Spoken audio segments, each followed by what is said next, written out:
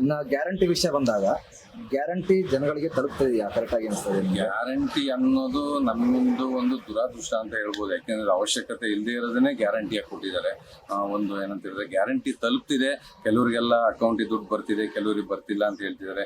ನಮಗೆ ದೊಡ್ಡ ಸಮಸ್ಯೆ ಆಗಿರೋದಂದ್ರೆ ಈ ಬಸ್ನ ಫ್ರೀ ಮಾಡಿಬಿಟ್ಟು ಏನಾಗ್ಬಿಟ್ಟಿದೆ ಅಂದ್ರೆ ಈ ಹೇಳ್ಬೇಕು ಅಂದ್ರೆ ಯಾರು ಅಲ್ಲಿ ಗಂಡಸರು ಅಲ್ಲಿ ಓಡಾಡೋದಾಗ್ಲಿ ಮಾಡೋದಾಗ್ಲಿ ಅದು ದೊಡ್ಡ ಸಮಸ್ಯೆ ಆಗ್ಬಿಟ್ಟಿದೆ ನಮಗೆ.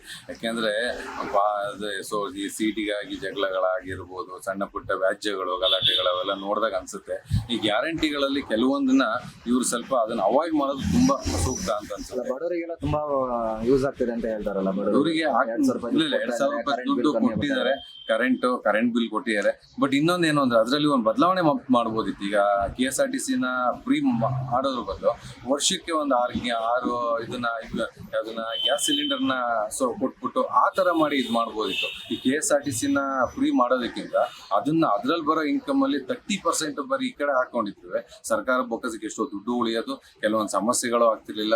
ಇವತ್ತಿನ ಓಡಾಟಗಳೆಲ್ಲ ನೋಡ್ತಿದ್ರೆ ನಾವು ಜರ್ನಿ ಮಾಡ್ಲಿಕ್ಕೆ ತುಂಬಾ ಕಷ್ಟವಾದಂತ ಒಂದು ಇದಿದೆ ಅಲ್ಲಿ ಗ್ಯಾರಂಟಿ ಅಂತ ತಗೊಂಡಾಗ. ಸಿದ್ದರಾಮಯ್ಯ ಸರ್ಕಾರಕ್ಕೆ ನಾವು ಹತ್ತರಲ್ಲಿ ಒಂದು 5 ಅಂಕ ಕೊಡ್ಬೋದು ಸರ್.